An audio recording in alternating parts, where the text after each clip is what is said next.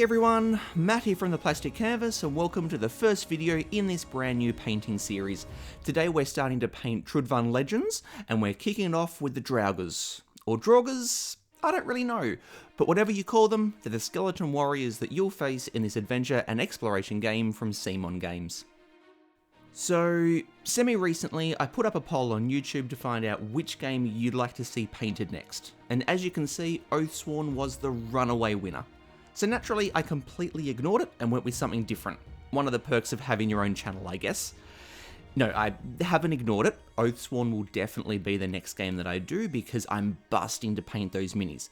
I've just done a bit of a sidestep to start painting Trudvang because we started playing it recently and we're loving it. And we can already tell that we're going to be sinking a lot of hours into it, so we'd really like it to be painted. So like I said, we're kicking it off with the Draugrs. That's how I think you say it, so that's what I'm going to go with. Because there's 8 of them, so it's one of the larger groups, and they seem to have come out in each scenario so far, so it means there's pretty much always going to be painted minis out on the table while I get the rest of the game done. So whenever I paint a mini, I always try and tell a story, I guess, of who the character is and what sort of life they've led, that sort of thing. And then whenever I need to make a choice about a particular colour or texture, for example, that story becomes the thing that I refer back to make sure that I'm able to pull off the look that I'm going for. With these Draugrs, I imagine that they've been dead for a very long time, being raised over and over again to fight off whatever wandering adventures have come by. So this is the look that I was going for. But I also didn't want them to look like they were so decrepit that a strong breeze would turn them into dust. I still wanted them to look a bit formidable. So the 2 main areas where I tried to bring this out was in their bones themselves and also their sword and shield. So with their bones, I avoided using my lighter and cleaner bone colours because they wouldn't look aged and as though they'd been out in the wilderness and affected by the weather. I also worked in brown tones so that they look as though some level of decay has happened, but again, not so much that they look as though they're about to fall apart. So I started by laying down aged bone, one of my Reaper paints, as the base coat. Then over that, I did 2 coats with my sepia wash. This gave the bone colour a really nice tint to it to start to highlight over, but it also flowed into all of the recesses to bring out the detail. Then I just went back to aged bone and picked out the key details to highlight. So areas like the top of the brow, the cheekbones, upper part of the arm bones, those sorts of areas. That brought the more typical bone colour back, but would also help the bones stand out from the parts that are leather because I didn't want the browns to blend into each other. What that highlighting also did was to make it look as though the aging of the bones is happening over a long time and that each Draugr hasn't yet become completely rotten. And then with the sword and the shield, I gradually built up a beaten and slightly rusted look to show that their weapons have been through many battles. I'll go through that in more detail when I get to it, so for the moment I'll leave you to enjoy watching me paint the rest of the mini.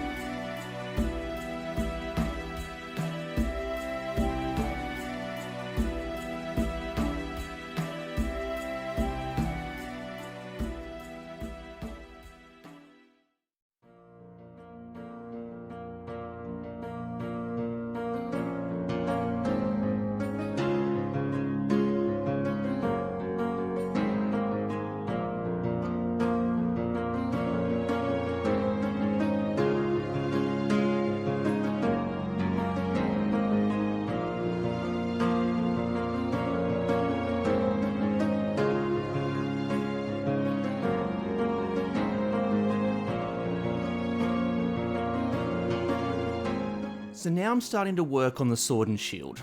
Like I mentioned earlier in the video, this, along with the bones themselves, are the main two areas where I tried to bring out the look that these are long dead warriors who are gradually decaying over time. So for the base coat, I'm starting with a mix of my silver metallic, brown and black. This will give it a deep and slightly rusty base tone for the other layers to go over the top of. And as you can see, I'm using one of my banged up brushes to paint with so that I could flare out the bristles and paint with a bit of a stippling motion. This will give it some texture and allow some of the black prime to show through. After that layer went down, I then put a black and brown wash over the top. I didn't mix them together, I just put them down in different spots and then blended them together. This will take away the shine of the metallic paint, but also flow into the recesses and create more of a damaged and beaten look.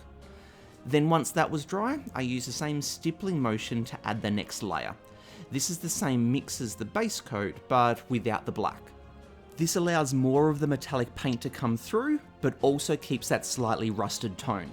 But with this layer, I reduced the amount of surface area that I covered because I still wanted some of the base layer with the wash to be seen. What's going to help sell this aged and beaten look? After that layer, which is what you can see me painting at the moment, I then went to my straight metallic paint and then painted very small areas. The straight metallic is there to really show the contrast between how the sword and shield used to look and how it's looking now. I still used the same stippling action with that layer though, so that it still goes down a bit inconsistently. And then to finish the effect off, I used my Vallejo rust wash. This just went down in certain areas to show more concentrated rust. The key to pulling off this look though is that you let every different layer still show through to make it look as though the rust and aging has happened over a very, very long time.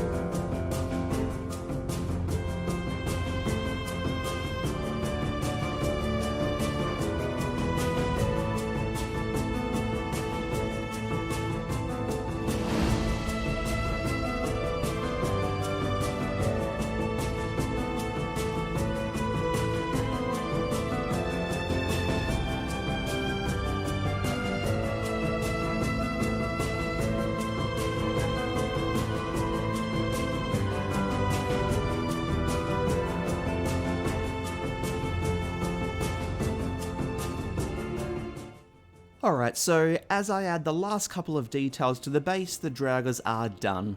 I had a lot of fun painting these minis because even though they are fairly simple, I was still able to work a few different effects in.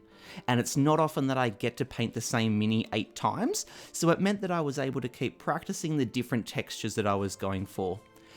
I really appreciate you taking the time to check out one of my videos, and I hope you enjoyed watching it and that you got something out of it. If you did, please consider giving it a like and hitting the subscribe button, but that's going to do us for today.